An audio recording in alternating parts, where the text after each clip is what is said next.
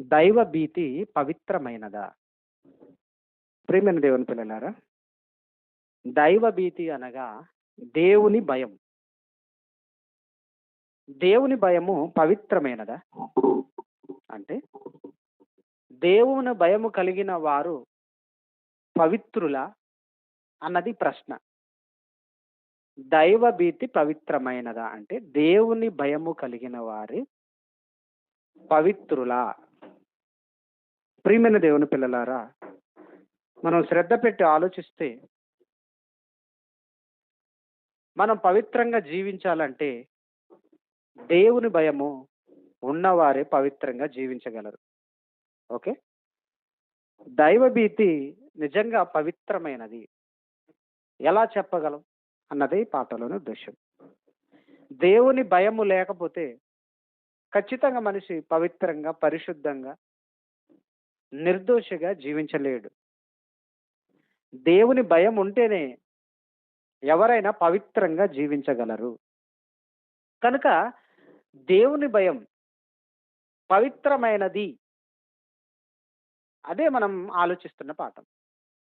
ప్రియమైన దేవుని పిల్లలారా, ఒక మాటను మనం చూడగలిగితే కీర్తనల గ్రంథం 10వ అధ్యాయము, దయచేసి బైబిల్ ఉన్నవారు అందరూ చూడండి. కీర్తనల గ్రంథం 10వ అధ్యాయము 3వ వచనం నుండి మనం చదువుదాం. కీర్తనల గ్రంథం 10వ అధ్యాయము 3వ వచనం నుండి మనం చూడగలిగితే, దుష్టులు తమ మనోభిలాషను బట్టి అతిశయపడుదురు, లోబులు యెహోవాను తిరస్కరించుదురు. దుష్టులు పొగరెక్కి యెహోవా విచారణ చేయడను కొందురు. దేవుడు లేడని వారెల్లప్పుడూ యోచించుదురు. వారెల్లప్పుడూ భయము మానుకొని ప్రవర్తింతురు. దుష్టులు దేవుడు లేడని వారు ఎల్లప్పుడూ యోచిస్తారు. అంటే దేవుడు లేడు అనే ఆలోచన ఏం చేస్తుంది తెలుసా? మనిషిని భయము లేకుండా చేస్తుంది. అదే అంటున్నాడు, వారు ఎల్లప్పుడూ దేవుడు లేడని యోచించుదురు. వారెల్లప్పుడూ భయము మానుకొని ప్రవర్తింతురు. అంటే దేవుడే లేడనే ఆలోచన మనిషిని ఏం చేస్తుంది తెలుసా? భయము లేకుండా ప్రవర్తించే విధానంగా చేస్తుంది. భయము లేని వారిగా చేస్తుంది మనుషులను. ఎందుకు దేవుడు ఉంటే మనిషి భయపడతాడు, ఎందుకు దేవుడు ఉన్నాడని నమ్మితే మనిషి భయపడతాడు అని మనం ఆలోచిస్తే అక్కడే మనకు అర్థమవుతుంది, దేవుని భయము పరిశుద్ధమైనది. దేవుడు లేడనుకోండి, దేవుడు లేడు అనుకుంటే ఏ మనిషి భయపడడు.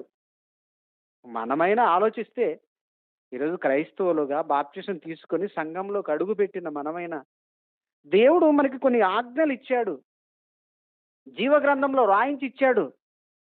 వాటిని చదివిన మనము వాటికి ఒబే అవుతున్నామంటే, వాటికి లోబడుతున్నామంటే, లోబడకపోతే ఏమైద్దండి అని మనము ఒకరు ప్రశ్నించగలిగితే అవును అవును కదండి.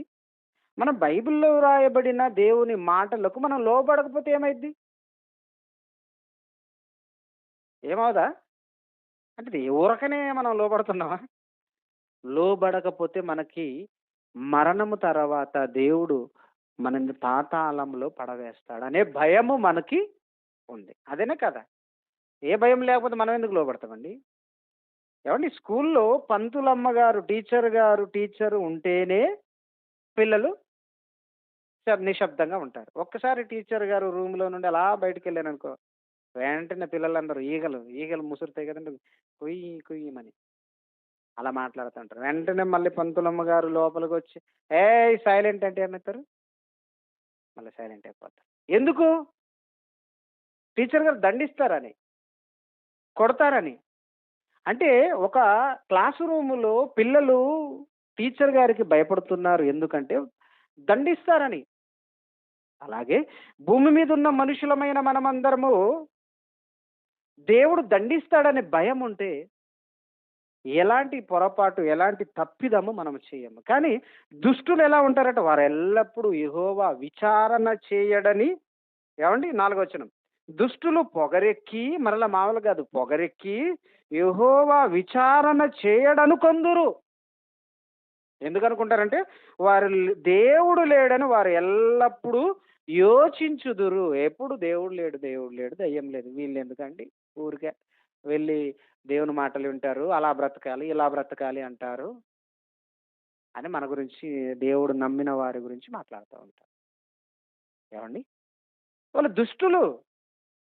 దేవుని భయము, దేవుని భీతి మనిషిని ఏం చేస్తుందో మనం ఈ పాటల్లో మనం ఆలోచిస్తున్నాం. ఏవండి? దేవుని భయము, దేవుని భీతి లేకపోతే మనుషులు అపవిత్రులైపోతారు. దేవుని భీతి లేకపోతే మనుషులు అపవిత్రులైపోతారు అని చెప్పడానికి ఒక బెస్ట్ ఎగ్జాంపుల్ మన బైబిల్‌లో చూడగలిగితే, ఏవండి? ఆదికాండము 20వ అధ్యాయము మనం చూడగలిగితే, ఆదికాండము, ఏవండి? ఆదికాండము 20వ అధ్యాయము మనం చూడగలిగితే ఒక మంచి సంగతి మనకిక్కడ కనిపిస్తుంది. ఏవండి? దేవుడు అబ్రహాము గారిని పిలిచాడు. వాగ్దానం చేసిన దేశమునకు తీసుకొని పోవడానికి దేవుడు పిలిచాడు. అబ్రహాం గారు దేవుడు మాటకు ఒబే అయి లోబడి దేవుడు పిలిచిన దేశానికి వెళ్ళిపోయాడు. అదే పాలు తేనెలు ప్రవహించే దేశమైన కనాను. కనానులో అబ్రహాం గారు అడుగుపెట్టి కొంతకాలం బ్రతికిన తర్వాత ఆ కనాను దేశములకి కరువు వచ్చింది. వర్షాలు లేవు, కరువు వచ్చింది. అయితే ప్రక్కనున్న, ఏమండి, దక్షిణ భాగం, కనాను దేశానికి దక్షిణ భాగమైన గెరారు దేశమునకు వెళ్ళాడు. చాలా జాగ్రత్త వినాలి. గెరారు దేశమునకు వెళ్ళాడు. ఇప్పుడు గెరారు దేశంలోకి వెళ్ళిన తర్వాత అబ్రహాము గారు ఒకరే కాదు, ఆయన భార్య, ఆయన కుటుంబం మొత్తం, అనగా దాసీలు, దాసులు వాళ్ళు కూడా వెళ్ళారు. అక్కడికి వెళ్ళిన తర్వాత అబ్రహాం గారు ఆ దేశము స్థితిని చూసి తన భార్య విషయంలో ఒక మాట చెప్పాడు. ఎందుకంటే అబ్రహాం గారి భార్య శారమ్మ చాలా అందగత్తె. కాబట్టి అబ్రహాము గారు 100 ఏళ్ల వయసులో అయినా, వాళ్ళ వయసు అప్పుడు సుమారుగా 75 పైనే ఉంటది. ఎందుకంటే పిలిచినప్పుడే 75 అంటే సుమారుగా 80 అలా ఉండొచ్చేమో. 80 ఏళ్ల వయసులో వాళ్ళు వృద్ధులు అనుకుంటాం మనం, కానీ వృద్ధురాలైన శారమ్మ గారు అందగత్తె. ఇప్పుడు ఆవిడని బట్టి ఎక్కడ గెరారు రాజు నన్ను చంపివేసి తన భార్యగా నా భార్యను తీసుకువెళ్తాడేమోనని అబ్రహాం గారు ముందే యోచించి తన భార్యతో ఏమని చెప్పాడంటే, ఇదిగో నీవు మనం ఆ దేశానికి వెళ్తున్నావు, నా నిమిత్తము నీవు నా చెల్లెలు అని నేను చెప్తాను, నీవు కూడా నా అన్నవని అక్కడ మనం ఇద్దరం ఒకరికొకరు చెప్పుకోవాలి. చెల్లెలు అనగానే మనం వాళ్ళకి చెప్పుకుందాం. ఇది వాళ్ళు అనుకొని వెళ్ళేశారు. వెళ్ళి అక్కడ ఉన్నారు. ఉన్న తర్వాత అబ్రహాం గారి భార్య అందాన్ని చూసి అక్కడున్న ఏమంటే రాజు దగ్గర కొంతమంది పొగిడారు. అప్పుడు ఆ గెరారా రాజు అయిన అబీమెలెకు ఏం చేశాడు, ఆ శారమ్మను తీసుకొని తన రాజ్యానికి, అంటే ఏమంటే ఏంటో రాజులుండే ఆ సంస్థానానికి, రాజమందిరానికి తీసుకెళ్ళాడు అనుకుందాం. అప్పుడు ఆ రాత్రి అనగా తీసుకువెళ్ళాడు, తన భార్యగా చేసుకుందాం అనుకున్నాడు. ఎందుకు? అబ్రహాం గారికి ఈవిడ చెల్లెలు అని వాళ్ళు అలానే చెప్పారు. ఇప్పుడు అబ్రహాం గారి చెల్లెలు అన్నందుకు అబ్రహాం గారి చెల్లెలే కాబట్టి నేను పెళ్లి చేసుకోవాలని తీసుకెళ్ళిపోయాడు. చాలా జాగ్రత్త వినాలి.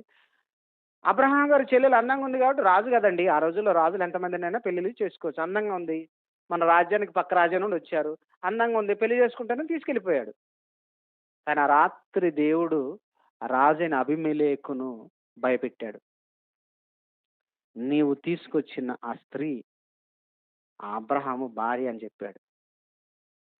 ఆయన ఏం చెప్పాడు? అబ్రహాం గారు ఏమని చెప్పాడు? చెల్లెలు అని చెప్పాడు.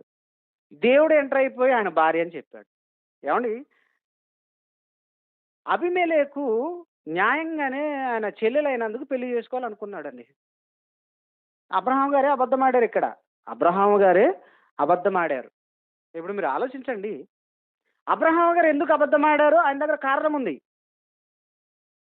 ఈ అబీమెలెకు రాజు వెళ్ళి, ఇప్పుడు నేను ఆలోచించండి, ఒక అబ్రహాం గారు దేవుని నమ్మిన విశ్వాసము కలిగిన వ్యక్తి.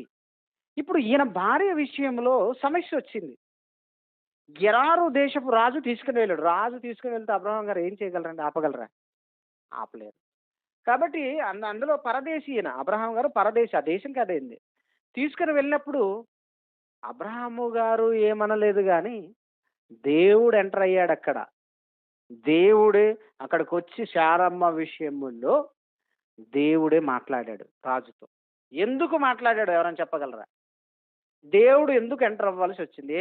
అబ్రహాము గారు ముందు మనం చూస్తే 19వ అధ్యాయంలో మనం చూస్తే ఏమంటే సొదొమ గొమొర్రా ప్రాంతంలో మనం చూసినప్పుడు రాజులను సంహరించి వచ్చినోడు అబ్రహాము గారు. ఏవండి ఈ సొదొమ గొమొర్రా ప్రాంతంలో ముందటి అధ్యాయాలలో అంతేనా? 18 అధ్యాయములో రాజులను సంహరించి వచ్చాడు. అలాంటి అబ్రహాము గారు బలవంతుడే. అబ్రహాము గారు బలవంతుడే. ఏవండి అబ్రహాము గారు బలవంతుడైన ఈయన ఏమీ చేయలేని స్థితిలో ఉంటే దేవుడు ఎందుకు ఎంటర్ అయ్యాడు? ఎవరైనా చెప్పగలరా? ఎందుకంటే నాకు ప్రశ్నలు వేయడం ఇష్టం. ఎందుకంటే మీరేదో వినిపోవడం కాదు. ఎందుకు దేవుడు ఎంటర్ అయ్యాడు?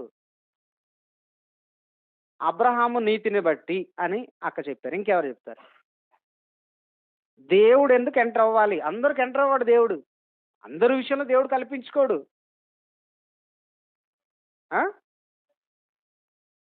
అబ్రహాము దేవునికి స్నేహితుడు. చెప్పండి. ఇంకా ఇప్పుడు అబ్రహాము గారు భార్యను తీసుకుని వెళ్ళిపోయారండి. అలా బైబిల్‌లో సందర్భాలు లేవా? దావీదు భార్యలను కూడా వేరే వాళ్ళు తీసుకొని వెళ్ళారు. అప్పుడు దేవుడు ఎంటర్ కాలే. అబ్రహాము విషయంలో అబ్రహాము నీతిమంతుడని, విశ్వాసం గలవాడని. మరి దావీదు నీతిమంతుడే, దావీదు విశ్వాసం గలవాడే. అది. అంటే మనం ఇది ఎక్కువగా మనం చెప్పొచ్చు. నీతిమంతుడే దానికి కాదనం మనం. శారా వలనైనదే నా సంతానము అనబడునని ఇస్సాకు రావాలంటే ఎవరి గర్భంలో నుండి రావాలి వాగ్దాన కుమారుడు? అది.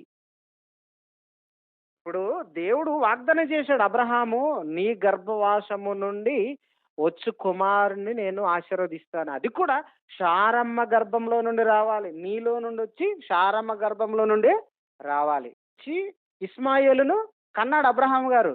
మరి అబ్రహాము గారు కుమారుడు కదా ఇస్మాయిల్, ఆయన ఎందుకు వారసుడు కాలేకపోయాడు? ఆయన ఎందుకు వారసుడు కాలేకపోయాడు చెప్పాలి. ఎందుకంటే భవిష్యత్తులో మనకు వచ్చే ప్రశ్నలు నువ్వే. ఏమండి అబ్రహాం గారికి ముందు పుట్టిన కుమారుడు జ్యేష్ఠుడు ఎవడండి? జ్యేష్ఠుడు ఎవరండి? ఇస్మాయేలు. మీరేంటి ఇస్సాకు అంటున్నారు? జ్యేష్ఠులు. జ్యేష్ఠుడికి వస్తుంది ఆశీర్వాదం. అంటే ఇస్మాయేలు అటువైపు మంది మళ్ళీ ఇస్తారు. చాలా జాగ్రత్తగానండి. మనకి ఇస్సాకు ప్రధానం. ఇప్పుడు ఇస్సాకు ఎందుకు అంటే శారా గర్భము నుండి రావాలి. ఇస్సాకు వలనైనదే నా సంతానము అన్నాడు. అది కూడా శారా గర్భం నుండి రావాలి. కాబట్టి ఇప్పుడు దేవుడి ప్రణాళిక శారమ్మ గర్భంలో నుండి రావాలి. ఇప్పుడు శారమ్మని తీసుకుని వెళ్ళిపోయాడు అనుకుందాం. అబీమెలెకు తీసుకెళ్ళిపోయాడు. ఆయన భార్యగా చేసుకున్నాడు. అప్పుడు అబ్రహాం భార్య కాదు. ఇంకా అబ్రహాంకు మరి పిల్లలు కావాలంటే వేరే వాళ్ళని పెళ్లి చేసుకుంటే కంటాడు. కానీ అలా కాదు. ఇప్పుడు శారమ్మ గర్భం నుండే కుమారుడు కావాలంటే దేవుని సంకల్పము అడ్డుకుంటున్నప్పుడు దేవుడే దిగుతాడు. దేవుడు దిగి ఏమన్నాడు? ఏమండి దేవుడు దిగి ఏమన్నాడు తెలుసా? అయిపోతావు అన్నాడు. అంతే. అదేంటి ఒక డైలాగ్ అది. చదివితే మీకు అర్థమవుతుంది. 20 అధ్యాయం తర్వాత చదవండి. అయిపోతావు అంటాడు. అంతే. భయపడిపోతాడండి. ఎవరు? అబీమెలెకు రాజు, గెరారు రాజు భయపడిపోయి నేను నీతిగా ఉన్నానుగా ప్రభువా, ఆయనే తన భార్యని చెల్లెలు అన్నాడు. అందుకే నేను భార్యగా చేసుకోవాలనుకున్నాను. నేను నీతిగానే ఉన్నాను, నేను నీతి తప్పలేదు అంటాడు. ఆయన దేవుడు ఏమంటాడు తెలుసా? అప్పుడు మామూలుగా అబ్రహాం అబద్ధం ఆడాడు కదండి. అబ్రహాం అబద్ధం ఆడాడు. అప్పుడు ఏమన్నా దేవుడు? మనమైతే ఏమంటాం? దేవుడి ప్లేస్లో ఉంటాం మనం. అబ్రహాం నువ్వెందుకు అబద్ధం ఆడావు? ఆయన న్యాయంగా ఉన్నాడు. అంతే కదా. ఆ పంచాయతీ మన ఎద్దకు వచ్చింది అనుకుందాం. మనం ఏమంటాం? నువ్వు చెల్లెలు అన్నందుకే ఆయన ఆశపడ్డాడండి. రాజు కదా, పెళ్లి చేసుకోవచ్చు, తప్పే ఉంది, న్యాయమే అది. నువ్వు చెల్లెలు ఎందుకు అన్నావు? నువ్వే అబద్ధం ఆడావని మనం అంటాం. అంటే ఇప్పుడు అబ్రహాము అబద్ధం ఆడింది అబద్ధం కాదంటే అబద్ధమే. అయినా కానీ ఆయన ఎందుకు అబద్ధం ఆడాడో అక్కడ రీజన్ ఉంది. 11వ వచనం చదవండి. 11వ వచనం చదవండి. అబ్రహాము ఈ స్థలం ముందు దేవుని భయము ఏ మాత్రము లేదు గనక నా భార్య నిమిత్తము నన్ను చంపుదురు అనుకొని చేసెను అనేను. ఆయన దగ్గర రీజన్ ఉంది. ఆయన ఏమన్నాడు? ఈ స్థలమందు దేవుని భయము లేదు, ఏ మాత్రము లేదు గనుక అన్నాడండి. ఒక మంచి పాయింట్ చెప్పాడు. అదే మన పాఠానికి ఇంపార్టెంట్ పాయింట్. ఈ స్థలమందు దేవుని భయము లేదు గనుక నా భార్య నిమిత్తము నన్ను చంపుదురు కనుక నేను అలా అబద్ధం ఆడాను అన్నాడు అబ్రహాం గారు. అది దేవుడు మాట్లాడిన పాయింట్. అంటే అబ్రహాం గారు మాట్లాడిన పాయింట్‌లో దేవుడు చూసిన పాయింట్ అది. ఏంటది? ఈ స్థలమందు దేవుని భయము ఏమాత్రము లేదు. ఒకవేళ అబ్రహాము గారు ఇలా కూడా ఆలోచిద్దాం మనం. అబ్రహాము గారు గెరారు దేశానికి వెళ్ళిన తర్వాత నా చెల్లెలు అనకుండా నా భార్య అని చెప్పాడనుకుందాం. ఇప్పుడు గెరారు రాజుకి ఈవిడ నచ్చింది. ఎందుకంటే గెరారు రాజు ముందు పొగిడారు అందగత్తెని. ఇప్పుడు రాజుకి ఎలా ఉంటది? ఏ రాజైనా అందగత్తె తన భార్యగా ఉండాలనుకుంటాడు. కాబట్టి అందగత్తెనగా వెంటనే ఏం చేస్తాడు? ఇంతకు ఆయన భార్య ఎవరు? ఆయన లేపేసి తీసుకొచ్చేసేయండి అంటారు. అప్పుడెవరి ప్రాణం పోయిద్ది? అంతవరకు దేవుడు చూడడు గానీ, అంటే అబ్రహాము కూడా యోచించాడు. ఇప్పుడు మనమేమంటాం తెలుసా? అబ్రహాము గారు దేవుడు తోడున్నాడు కదా! అబ్రహాం ఎందుకండి అబద్ధం ఆడాలి? మనం ఇటు నుండి మాట్లాడతాం. మనం మాలోలం కాదు కదా! ఇప్పుడు అబ్రహాముకి వెనకాల ఎవరున్నారు? దేవుడున్నాడు. సొదొమ, గొమొర్రా ప్రాంతాలను అంతకుముందు కాల్చేశాడు కదా! అప్పుడు అబ్రహాము దేవుడు స్నేహితుడిగా పిలువబడ్డాడు. నా స్నేహితుడు దేవుడు అని అబ్రహాం గారు ఓవర్‌గా ఎళ్ళలేదు ఆయన. చాలా ఏమండి వివేకము కలిగి ఉన్నాడు అబ్రహాం గారు. ఏవండీ ఆ కాలంలోనే వివేకం కలిగి ఉన్నాడండి అబ్రహాం గారు. యేసుక్రీస్తు కాలంలో మనకు చెప్పాడు యేసుక్రీస్తు వారు. మీరు పాముల వలె వివేకము కలిగి, పావురము వలె నిష్కపటులుగా ఉండండి అన్నాడు. ఇది యేసుక్రీస్తు కాలంలో. కానీ అబ్రహాం గారు ఎప్పటివాడు? క్రీస్తుకు పూర్వం 2000 సంవత్సరాల క్రితటి వాడు. సుమారు 3000. ఆయనకెలా తెలుసు వివేకం? అంటే దేవుడు ఆయన తోడున్న మాటి మాటికి దేవుడిని పిలిచేవాడు కాదు అబ్రహాం గారు. ఆయన వీలైనంత వివేకంగా నడుచుకునేవాడు. అందుకనే తనను తాను కాపాడుకోవడానికి ఆయన అబద్ధమాడాడు. అందులో ఎందుకు అబద్ధమాడాడో కారణం ఉంది. రీజన్ ఉంది. ఎందుకు? ఈ ఈ స్థలమందు దేవుని భయం ఏమాత్రము లేదు గనక వీళ్ళు విచ్చలవిడిగా ప్రవర్తిస్తారు. అవసరమైతే చంపేస్తారు. అది.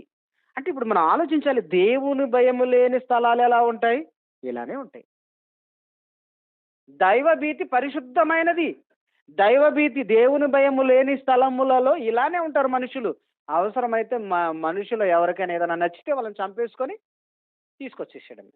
అదే దేవుని భీతి, దేవుని భయం ఉంటే ఇది న్యాయం కాదు, ఇది అన్యాయం, నేను ఇలా ప్రవర్తించకూడదు అంటారు. అంటే దేవుని భీతి, దేవుని భయము లేకపోతే మనుషులు ఎలా ఉంటారో చెప్పడానికి ఎగ్జాంపుల్. నా భార్య అందంగా ఉంది, నా భార్య నువ్వు కావాలనుకుంటే నన్ను చంపేసి తీసుకెళ్ళడమే అంతే. దేవుడు భయం లేని వాళ్ళు ఇలానే ఉంటారు. ఎందుకంటే ఒకరి భార్యను నీవు ఆశపడకూడదన్నాడు దేవుడు. తర్వాత క్రొత్త నిబంధనకు వచ్చేసరికి చూడండి, పాత నిబంధనలోని ఆజ్ఞలు మనం చూస్తే ఏమన్నా నిర్గమకాండ 20వ అధ్యాయం మనం చూస్తే దేవుని భయం గురించి మాట్లాడుతూ నిర్గమకాండ 20వ అధ్యాయము 20వ వచనం. నిర్గమకాండము 20వ అధ్యాయం 20వ వచనంలో కూడా మనం చూస్తే ఏమండి దేవుడు 10 ఆజ్ఞలు మోషే గారి ద్వారా ఇచ్చాడు ఇశ్రాయేలీయులకు. చదువునన్నా. అందుకు మోషే, భయపడకుడి, మిమ్మును పరీక్షించుటకు మీరు పాపము చేయకుండునట్టు ఆయన భయము మీకు కలుగుటకును దేవుడు వేంచేయుచున్నాడని ప్రజలతో అనేను. మోషే గారు అంటున్నాడు, మీరు భయపడకండి, మీరు భయపడకండి. ఎందుకు? దేవుడు భయపెట్టాడండి. దేవుడు భయం ఉండాలి. దేవుడు భయపెట్టాడు. దేవుడు భయపెడతాడా? ఎలా భయపెట్టాడు? దేవుడు ఎలా భయపెట్టాడు? 18 వచనం చదవండి. దేవుడు ఎలా భయపెట్టాడు చెప్తున్నాడు. దేవుడు ఎలా భయపెట్టాడు చెప్తాడు. ప్రజలందరూ ఆ ఉరుములు, మెరుపులు, ఆ బూర ధ్వనియు, ఆ పర్వతపు ధూపమును చూచి భయపడి తొలిగి దూరముగా నిలిచి మోషేతో ఇట్లనిరి, మా అమ్మ బాబోయ్ మేము చూడలేము, మాకు భయమేచేస్తుంది. ఎలా? దేవుడు ఎలా భయపెట్టాడు? ఉరుములు, మెరుపులతో ధూపం, పర్వతం చుట్టూ ధూపమట. అంటే పర్వతం ముట్టితే అయిపోయినట్లే. ఎందుకు దేవుడు తన ప్రత్యక్షతను, తన మహిమను అంత ఘనంగా వారి మధ్య కనపరిచాడంటే కారణం చెప్పాడు. మిమ్మును భయపెట్టుటకే, మిమ్మును పరీక్షించుటకే యెహోవా వేంచేయుచున్నాడంటే వచ్చేస్తున్నాడు దగ్గరికి. అంటే ఆ రోజు ఇశ్రాయేలీయులకు దేవుని భయము తెలియడానికే దేవుడు ఆ రోజు తన మహిమను పర్వతం మీదకి చూపించాడు. ఏమొచ్చినాయి అప్పుడు? ఉరుములు, మెరుపులు. ఏమంటే మనం ఎవరినైనా భయపెట్టడానికి ఉరుములు, మెరుపులు మనం రప్పించగలమా? ఉరుములు, మెరుపులు వస్తే భయపడని వారు ఎవరున్నారు చెప్పండి? ఎన్ని ఉరుములు, మెరుపులు వచ్చినా నాకు భయం లేదండి అంటారా ఎవరైనా? భయపడిపోతామండి. ఈ మధ్య కాలంలో నిన్ననే వార్త, ఉరుములు, మెరుపులతో వర్షాలు వచ్చినప్పుడు వాతావరణ శాఖ వాళ్ళు వర్షాలు వచ్చినప్పుడు మీరు బహిరంగ ప్రదేశాల్లో మీరొక్కరే ఉండకండి, చెట్ల కింద ఉండకండి, సెల్ ఫోన్ టవర్ల కింద ఉండకండి, ఏమండి తర్వాత ఈ స్తంభాలు, కరెంట్ పోల్స్ కింద ఉండకండి, మీరు ఇంటిలోకెళ్ళి చాలా జాగ్రత్తమైన ప్లేస్‌లలో ఉండండి అంటున్నాడు. ఎందుకు? ఎందుకంటున్నారు ఆళ్ళు? పిడుగు పడితే ఇవి ఆకర్షించుకుంటాయి. Towers, cell phone towers, current poles, చెట్లు. మళ్ళీ ఓపెన్ ప్లేస్‌లలో మనం ఒంటరిగా మనమే కదలాడే మనమే తిరుగుతుంటాం గదండీ! అలా ఉండకూడదు. ఎందుకంటే వాతావరణం భిన్నంగా ఉంది అని వాతావరణ శాఖ వాళ్ళు మనకి సలహా ఇస్తున్నారు. నిజంగా దేవుడు పిడుగులు, మెరుపులతో మనుషులను భయపెడతాడా? ఆ రోజు ఇశ్రాయేలీయులను భయపెట్టాడు. ఎందుకంటే ఆయన గర్జనండి. ఆయన మాట్లాడితే మెరుపు, ఉరుములు. వాళ్ళు ఆ రోజు భయపడ్డారు. అంటే దేవుడి భయము మీకు ఆ మాట చూడండి ఎంత బావుందో 20వ వచనం చివరి భాగంలో. ఆయన భయము మీకు కలుగుటకు దేవుడు వేంచేయుచున్నాడని ప్రజలతో అన్నాడు మోషే. దేవుడు ఎందుకొస్తున్నాడంటే ఆయన భయం మీకుండాలి. భయం లేకపోతే ఏమైద్ది? భయం లేకపోతే విచ్చలవిడిగా అపవిత్రులైపోతారు. దేవుడు భయం లేకపోతే మనుషులు విచ్చలవిడిగా అపవిత్రులైపోతారండి. కాబట్టి మీరు ఆలోచించండి. మనం మామూలోళ్ళం గాదు. మనం కూడా ఈరోజు క్రీస్తుని నమ్మి బాప్తిసం తీసుకుని సంఘంలోకి వచ్చాము. మనకు కొన్ని ఆజ్ఞలు దేవుడు ఇచ్చాడు కాబట్టి అలా ఉన్నాం. లేకపోతే మనకే దేవుడి భయం లేదనుకో ఎలా ఉంటాం? ఎలా ఉంటాం? ఏవండీ ఎంతో కొంతండి ఈ సమాజంలో తప్పు చేయకుండా సమాజాన్ని మోటివేషన్ చేస్తున్నది, బోధిస్తున్నది క్రైస్తవులు మాత్రమేనండి. మీరు దొంగతనం చేయొద్దు. మీరు అబద్ధం ఆడొద్దు. నీ పొరుగువాని దేనిని ఆశించొద్దు. దేవుడు పైన చూస్తున్నాడని సమాజానికి బోధ చేస్తున్నది ఎంతో కొంత క్రైస్తవుడే. క్రైస్తవుడు మనం ధైర్యంగా చెప్పొచ్చు. మిగతా ఎక్కడైనా మీరు దొంగిలించొద్దు దేవుడు చూస్తున్నాడు. మీరు అబద్ధం ఆడొద్దు దేవుడు చూస్తున్నాడు. మీరు పొరుగువారిని దేనిని ఆశించొద్దు దేవుడు చూస్తున్నాడు. దేవుడు శిక్షిస్తాడు అని బోధించేవారు చాలా తక్కువ మంది. మిగతా వాళ్ళలో కూడా ఉన్నారు కానీ చాలా తక్కువ మంది. కానీ క్రైస్తవులు ఎక్కడున్నా ఇవి చెప్తా ఉంటారు. చెబుతున్నది ఆచరించకపోయినా చెప్పడం మాత్రం చెబుతారు. ఏవండీ ఈ మధ్య కాలంలో ఆ రాత్రి నేను ఒక ప్రసంగం వింటూ అన్న ఒక ఎగ్జాంపుల్ చెప్పాడు చెప్తాను వినండి. మన క్రైస్తవుడట ఏవండీ దేవుడు నమ్ముకున్న క్రైస్తవుడే ఒకతను ఏం చేశాడంటే అంటే దేవుని భయం ఆయనకి ఎంత ఉందో చెప్తున్నా. మన క్రైస్తవులకున్న భయం. కొంతమందికి సుమా అందరికి కాదు. ఆయన మందు బాటిల్ తీసుకొని ఇంట్లోకి తెచ్చుకున్నాడట. ఇంట్లోకి తెచ్చుకొని మళ్ళీ భార్య మామూలుది కాదు. మా ఆయన తాగితే తాగాడు గానీ ఎవరికీ తెలియొద్దని కాపాడే భార్య అట. ఇలాంటి భార్యలుంటారా? మళ్ళా క్రైస్తవుడేన. ఎందుకంటే బయట కొనుక్కొని వచ్చాడు ఎక్కడా కొనుక్కొని మళ్ళీ బొడ్డు కింద తీసుకొని తెత్తడట. ఇప్పుడు భార్య మంచిగా కలుపుతుంది. ఇలా తీసి బాటిల్ ఇలా తీయాలి కదా! ఓపెన్ చేసి ఇలా తీసి ఇలా చూడంగానే ఇంట్లో క్రైస్తవుల ఇళ్ళలో ఏముంటాయి? యేసుక్రీస్తు ఫోటోలుంటాయి. అంతే కదా! క్రైస్తవులు కదా! ఏదో సిలువ ఏదో ఉంటది. చూడంగానే ఓపెన్ చేయంగానే అటు చూసేసరికి ఆయనకు దేవుడు గుర్తొచ్చాడట. ఒక్క నిమిషం అని ఆగి మళ్ళీ ఆ బాటిల్ అలా పెట్టి మూత అలా పెట్టి ఒక టవల్ తీసుకొచ్చి ఆ ఫోటో మీద పెట్టాడట. పెట్టి మళ్ళీ యథావిధిగా కలుపుకొని తాగాడట. అంటే భయముందా లేదా? యాక్చువల్‌గా భయముందా లేదా? ఫోటో చూసి భయపడ్డాడు. దేవుడంటే భయముంది. కానీ అది దొంగ భయం. చూడండి ఎంత ఇది మన క్రైస్తవుల భయం. ఏవండీ? ఇలాంటి వారు లేరా? అసలు మద్యం సేవించడమే దేవుడి దృష్టిలో నేరం. ఎవరికి శ్రమ అంటాడు. ఎవరికి శ్రమ? ఎవరికి బాధలు? ఎవరికి కారణం లేకుండా వీపుకు దెబ్బలు? ఎవరికి నష్టం? ఇదంతా ఎవరు? మద్యం సేవించే వారి కోసమే గదా! అంటాడు. కాబట్టి మద్యం అనేది మంచిది కాదని దేవుడు అన్నాడుగా. అయినా గాని చూడండి ఫోటోకి టవల్ కప్పి మరి ప్రియమైన దేవుని పిల్లలారా, దేవుడు చూడడేంటి? దేవుడు భయం ఉండాలి. కానీ దేవుడు ఎక్కడున్నా చూస్తాడు. ఎక్కడున్నా చూస్తాడు. కాబట్టి ఆ భయం మనకుండాలి. దేవుడికేమన్నా ఏదైనా అడ్డా? ఏవండీ హ్మ్. దేవుడు ఎక్కడున్నా మనం చూస్తాడు అని చెప్పడానికి ఎగ్జాంపుల్‌గా యోనా గారు నినివే పట్టణానికి వెళ్ళమని దేవుడు చెప్తే తప్పించుకొని తర్షీషు పట్టణానికి వెళ్ళడానికి ఓడ ఎక్కాడు. అప్పుడు వాళ్ళు మొత్తానికైతే ఇది యోనా వల్లే వచ్చిందని సముద్రంలో ఆయన తీసి పడేస్తే చేప మింగేస్తది. చేప కడుపులో ఉంటాడు. అక్కడుండి ప్రార్థన చేస్తుంటాడు. ఇప్పుడు యోనా గారు ఎక్కడున్నాడు? సముద్ర గర్భంలో ఉన్నాడు. చేప ఎక్కడుంది? సముద్రం లోపలుంది. మరి అక్కడున్న యోనా గారికి దేవుడికి యోనా గారు ప్రార్థన వినపడింది. యోనా గారు ఎక్కడున్నాడో దేవుడు కనపడింది. ఫోటోకి దండేయాడు. ఫోటోకి టవలేసినంత మాత్రాన కనపడదా? దేవుడికి ఎక్కడున్నా ఆయన సర్వాంతర్యామి అంటారు. ఆయనకి సర్వము కనిపిస్తది. నీలో కూడా ఆయన ఉన్నాడు. కనుక దేవుడు భయము ఉంటే ఏవండీ తప్పు చేయడానికి ఎవ్వరు ముందుకు రారు. ఇక్కడ అదే చెప్పాడు చూడండి ఒకసారి మనం చూస్తే 20వ అధ్యాయంలో అదే నిర్గమకాండం 20వ అధ్యాయంలో 10 ఆజ్ఞలు ఏమున్నాయండి?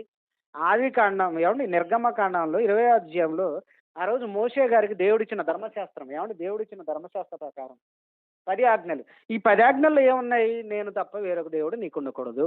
ఏ రూపము నువ్వు చేసుకొనకూడదు. మూడోదొచ్చేసరికి నీ దేవుడైన యెహోవా నామమును వ్యర్థముగా ఉచ్చరించకూడదు. తర్వాత విశ్రాంతి దినమును పరిశుద్ధంగా ఆచరించాలి. నీ తల్లిని నీ తండ్రిని సన్మానించాలి. 13వ వచనం, నరహత్య చేయకూడదు, వ్యభిచరించకూడదు, దొంగిలించకూడదు, నీ పొరుగువాని మీద అబద్ధ సాక్ష్యం పలకకూడదు, నీ పొరుగువాని ఇల్లు ఆశింపకూడదు, నీ పొరుగువాని భార్య అయినను దాసినైనను దాసునైనను ఎద్దునైనను గాడిదనైనను నీ పొరుగు అనేది దేనిని నువ్వు ఆశింపకూడదు అన్నది ఈ ఆజ్ఞలు. ఈ పొరుగు అనేది ఏది ఆశింపకూడదని ఈ ఆజ్ఞలు, ఏది ఆశింపకూడదని ఈ ఆజ్ఞలు మనకు మేలు చేసేవే. ఈ సమాజాన్ని ఏమండి సమాజాన్ని రక్షించేవే. ఒకరికి అన్యాయం చేయొద్దు. నీ పొరుగు వారి దేని మీద నువ్వు ఆశ పెట్టుకోవద్దు. అది నీది కాదు. అది కదా దేవుని ఉద్దేశం. అంటే ఈ ఆశను ఈ దేవుడు చెప్పిన ఈ ఆజ్ఞలు మనకు మేలు చేసేయే.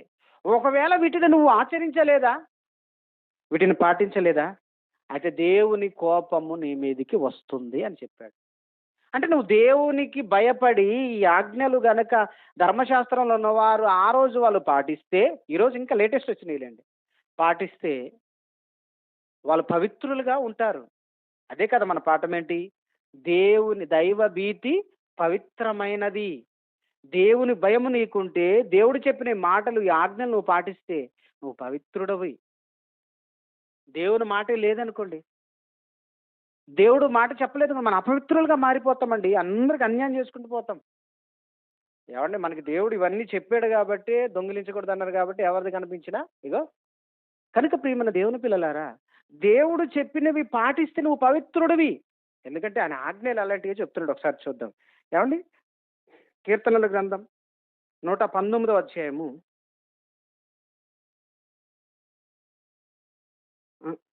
119 కాదు 19వ అధ్యాయం చూద్దాం. కీర్తనల గ్రంథం 19వ అధ్యాయము 9వ వచనాన్ని చదువుదాం. కీర్తనల గ్రంథం 19వ అధ్యాయం 9వ వచనం. యెహోవా యందైన భయము పవిత్రమైనది అన్నాడు. యెహోవా యందైన భయము పవిత్రమైనది, అది నిత్యము నిలిచేది. అంటే దేవుని భయము పవిత్రమైనదండి. దేవుడు అంటే భయపడాలండి మనం. నేను చెప్పాను మొన్న గృహ కొడుకులు మీ మలయలమడిగా చెప్పాను. మనం అబద్ధం ఆడినప్పుడు వెంటనే మనకేం గుర్తు రావాలి? దేవుడు గుర్తు రావాలి. మనకు తెలుసండి ఏది అబద్ధమో ఏది దొంగతనమో మనకు తెలుసు. తెలిసి అయినా మనం చేస్తున్నామంటే మనం భయపడాలి. భయపడితే మరలా చెయ్యం. భయపడితే మరలా చెయ్యం. కాబట్టి తెలిసిన మనం నీవు ఏది అబద్ధమో ఏది దొంగతనమో ఏది మనది కాదో మనకి తెలిసి మనం చేస్తున్నామంటే నీకు భయం రావాలి. భయపడేవాడు ఎలా ఉంటాడో మనకు తెలుసు. భయపడేవాడు, దేవుడికి భయపడేవాడు ఏ తప్పిదము చెయ్యడు, పవిత్రుడుగా ఉంటాడు. దేవుడు భయం లేనివాడు ఇష్టానుసారంగా చేస్తాడు. దేవుని భయం పవిత్రమైనది. ఎందుకంటే మరలా చదవండి. యెహోవా యందైన భయము పవిత్రమైనది, పవిత్రమైనది. 119వ కీర్తన 38వ వచనం. 119వ కీర్తన 38వ వచనం. 119వ కీర్తన 38వ వచనం. నీవిచ్చిన వాక్యము మనుషులలో నీ భయమును పుట్టించుచున్నది. చాలు. నీవిచ్చిన వాక్యము మనుషులలో భయమును పుట్టించుచున్నది, భయమును పుట్టించుచున్నది. ఏమండి పెళ్ళైన తర్వాత భార్య తన భర్తకి దాసురాలు, తన భర్తకి సొంతం. పెళ్ళైన తర్వాత భర్త తన భార్యకు సొంతం. ఒకవేళ వీరు వేరే ఆలోచనలు చేశారా అయితే అది వ్యభిచారం అన్నాడు దేవుడు. ఎవరు చెప్పారు ఇది? దేవుడు చెప్పాడు. కానీ లోకంలో ఎలా ఉంది? మన భారతీయ శిక్షా స్మృతి, ఇండియన్ పీనల్ కోడ్, సుప్రీంకోర్టు ఏమిచ్చింది? తీర్పులు ఏమిచ్చింది? ఒక భార్య అట వేరే పురుషుడితో అక్రమ సంబంధం కలిగి ఉంటే కట్టుకున్న భర్తట అడ్డగించకూడదట. ఎందుకు అడ్డగించకూడదని ప్రశ్నిస్తే, వాళ్ళ మధ్య ఉన్న స్వతంత్రాన్ని నువ్వేం చేస్తున్నావట? హరిస్తున్నావట. అంటే ఇప్పుడు అంటే తన భర్తకి లోబడి ఉండాలని భార్య, తన భార్యకి కట్టుబడి ఉండాలని భర్త అని దేవుడు చెప్తే, దేవుని మాటలు నమ్మని వారు వాటిని పాటిస్తారు. సుప్రీంకోర్టు ఇస్తే ఏంటి, ఎవరిస్తే ఏంటి? నీవు దేవుని మాటలకు భయపడి భార్య భర్తల బంధాన్ని ఒకరినొకరు ఎడబాయకూడదు. భార్య కాకుండా అక్రమ సంబంధాలు పెడితే దానిని దేవుడు వ్యభిచారం అన్నాడు. ఈ మాటలు దేవుడు మాటలు, ఇవి మనల్ని పవిత్రంగా ఉంచుతాయి. బయటికి వెళ్ళి వచ్చిన పవిత్రంగా ఉంచుతాయి ఈ మాటలే. లేదంటే ఈ మాటలు లేవనుకోండి, ఏముంది? ఎవరి ఇష్టం, ఎవరి భార్యో, ఎవరి పిల్లలో, ఎవరి భర్తలు తెలియని పరిస్థితిలో ఉంటారు. ఎందుకంటే కోర్టులే పర్మిషన్లు ఇస్తున్నది కదండి. పెళ్ళైన తర్వాత మరో పురుషుణ్ణి కూడడం స్త్రీ, పెళ్ళైన తర్వాత మరో స్త్రీని కూడడం భర్త తప్పు కాదట. ఇది లోకం ఇస్తున్నది. కానీ దేవుడు ఇస్తున్నది తప్పది.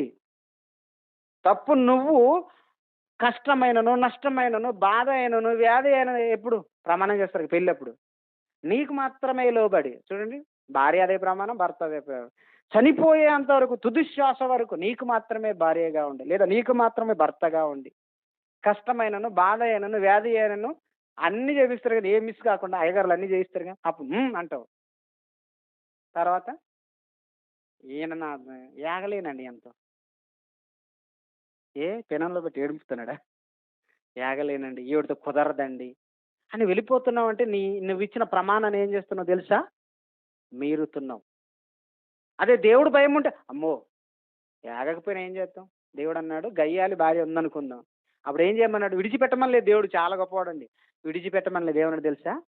పెద్ద ఇంట్లో ఉండకు, మూలకెళ్ళి మిద్దె మీద ఉండన్నాడు. అంతే తప్ప విడాకులు ఏమని లేదు. కొంతమంది భార్యలు ఉంటారు కదండి, అబ్బా వాళ్ళకి చెప్పలేము, ఇప్పుడు వర్షం వస్తుంది, ఇది తగ్గుద్ది, ఎప్పుడు తగ్గుద్ది? అదే అనమాట. ఎడతెగక కురుయిచుండు వర్షం ఎలాంటిదో ఎప్పుడు వాగే భార్య అలాంటిదేనట. ఇది ఆ వర్షం ఆగదు ఈవిడ. కాబట్టి నువ్వేం చేయాలా?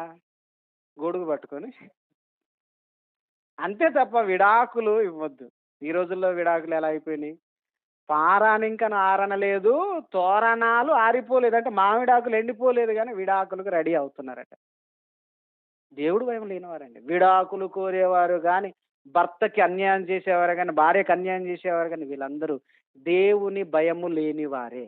అది దేవుని భయం ఉన్నవాడు, అమ్మో ఏముందండి, ఏదో కట్టుకున్నందుకు ఏముంది, అయిపోదు, లాగేద్దాం. ఎందుకంటే మరణించిన తర్వాత పరలోకం మిస్ అవుతాం కదా, దేవుడు శిక్షిస్తాడు కదా. ఈ భయం ఉన్న వాళ్ళండి సర్దుకుపోతారండి, అడ్జస్ట్ అయిపోతారు. అప్పుడు ఎంత బాగుంటుంది. ఏదో ఒక రోజు మళ్ళీ అర్థం చేసుకుని, భార్యలు ఎలాంటి వారంటే అప్పటికప్పుడు పొంగు ఉంటుంది కదండి, పొంగు ఇలాంటిది. తర్వాత ఆ పొంగు అంతా పోయిన తర్వాత ఏమండి మీరు లేకపోతే అసలే అంటది ఆవిడే ఒకరోజు. అప్పుడు ఈ మాట కోసమే నేను ఆ రోజు భరించానని భర్త అనుకోవాలి. భర్త అని అంతే. అంటే మనుషులుగా ఉండే మనస్తత్వం అది. దేవుడు చెప్పిన ఆజ్ఞలు మనం పాటించాలంటే భయపడాలి. అప్పుడే పాటిస్తామని. భయం లేదనుకో, ఇష్టానుసారంగా మనల్ని ఎవరండి ఆపేవాళ్ళు చెప్పండి? మనల్ని ఎవరు ఆపేది? మనుషులు ఉంటే భయపడతారు అనుకుంటే కొంతకాలం అండి. మనుషుల మధ్య ఉన్నప్పుడు చాలా మనం ఎలా ఉంటాం? మర్యాదగా ఉంటాం, మర్యాదస్తులుగా. అసలు మనంత మర్యాదస్తులు ఎవరు లేరు అన్నట్టు ఉంటాం.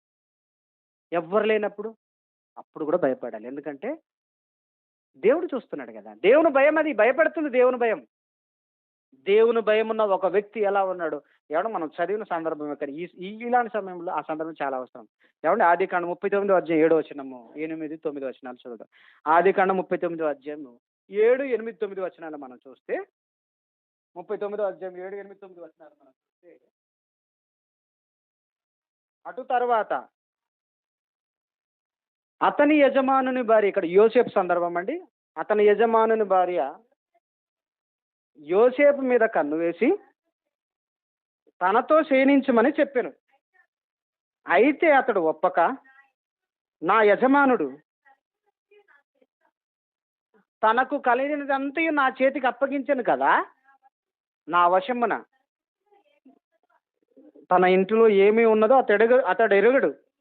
ఈ ఇంటిలో నాకంటే పైవాడు ఎవడునూ లేడు. నీవు అతని భార్యవైనందున నిన్ను తప్ప మరి దేనిని నాకు అప్పగింపక ఉండలేదు. కాబట్టి నేనెట్లు ఇంత ఘోరమైన దుష్కార్యము చేసి దేవునికి విరోధముగా పాపము కట్టుకొందునని తన యజమానుని భార్యతో అనెను. ఏమండి, యోసేపు అండి అమ్మివేయబడ్డాడు, దేశం కాని దేశం వెళ్ళాడు. ఒక ఏమండి ఆ, ఫరో దగ్గర ఒక సెక్యూరిటీ అనగా ఆయన దగ్గర సెక్యూరిటీ మంత్రి అంటే ఏంటి, ఆ రక్షణ శాఖ అనుకోవచ్చు. పోతీపర్ అనే వ్యక్తి ఇంటిలో పనివాడుగా ఉన్నాడు, పెద్ద దాసుడుగా. అలాంటప్పుడు ఆయన భార్య యోసేపు మీద కన్ను వేసింది. ఎందుకంటే యవనస్తుడు కదండి, దేశం కాని దేశం వచ్చాడు, ఎబ్రియుడు, యంగుగా ఉన్నాడు. ఈవిడ చూస్తే వృద్ధురాలు. కానీ ఈయనతో పాపం చేయలేని ఆవిడ ఆయన బలవంతం చేసిందట. అప్పుడు ఆయన అంటున్న మాట చదువుతున్నప్పుడు కళ్ళలో నీరు తిరుగుతుంది. ఏమంటే ఎవరు లేరు. ఆవిడ మాటి మాటికి రోజు అడుగుతుందట. ఆయన మాటి మాటికి ఇదే చెప్తున్నాడు. కాబట్టి నేను ఇట్లా ఎంత ఘోరమైన దుష్కార్యం చేసి దేవునికి విరోధంగా పాపం కట్టుకుంటాను నేను, కాబట్టి నేను పాపం చేయను ఆవిడ అడుగుతుంది. ఈయన ఇదే చెప్తున్నాడు. ఒకరోజు ఏం చేసింది, ఎవరు లేనప్పుడు, ఈయన ఇంట్లో ఉన్నప్పుడు, పనివారు ఎవ్వరు లేనప్పుడు, ఈయన ఒక్కడే ఉన్నప్పుడు ఈవిడ లోపలికి వెళ్ళి తలుపు వేసి బలవంతం చేయబోయింది. అప్పుడు ఎవరున్నారు, చుట్టూ ఎవరు లేరు కదా.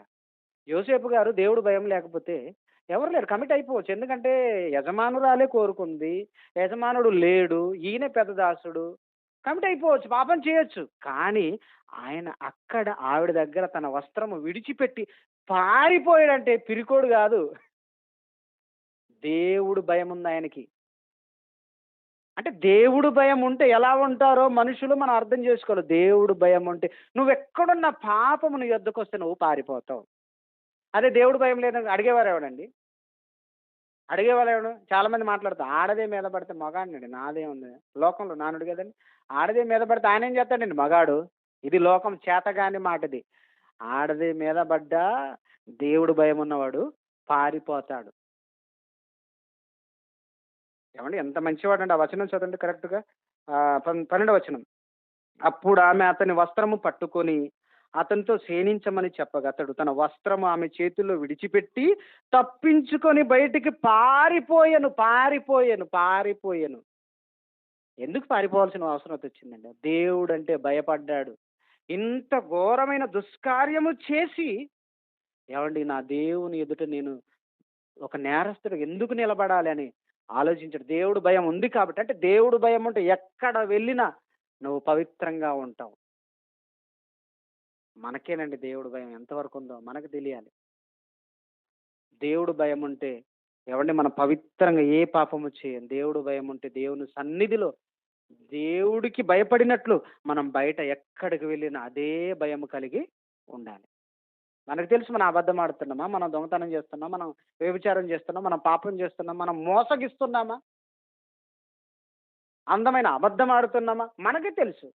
నీకు దేవుడు భయం ఉంటే అలాంటి తప్పిదాలు చేయవు. యోసేపు లేక ఎక్కడున్నా నువ్వు దేవుడు అంటే భయపడితే పారిపోతావు.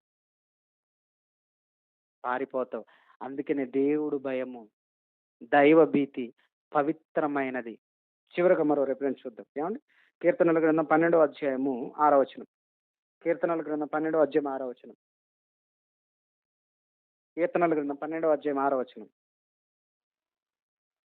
యెహోవా మాటలు పవిత్రమైనవి. చూడండి, ఆయన మాటలే పవిత్రమైనవి. అవి మట్టి మూసలో 7 మారులు కడిగి ఊదిన వెండి అంత పవిత్రములు అన్నాడు. దేవుని మాటలు ఎంత పవిత్రమైనవంటే ఒక వెండిని శుభ్రం చేసేటప్పుడు ఎన్నిసార్లు వెండిని పవిత్రపరుస్తారు చెప్తున్నాడు ఇక్కడ.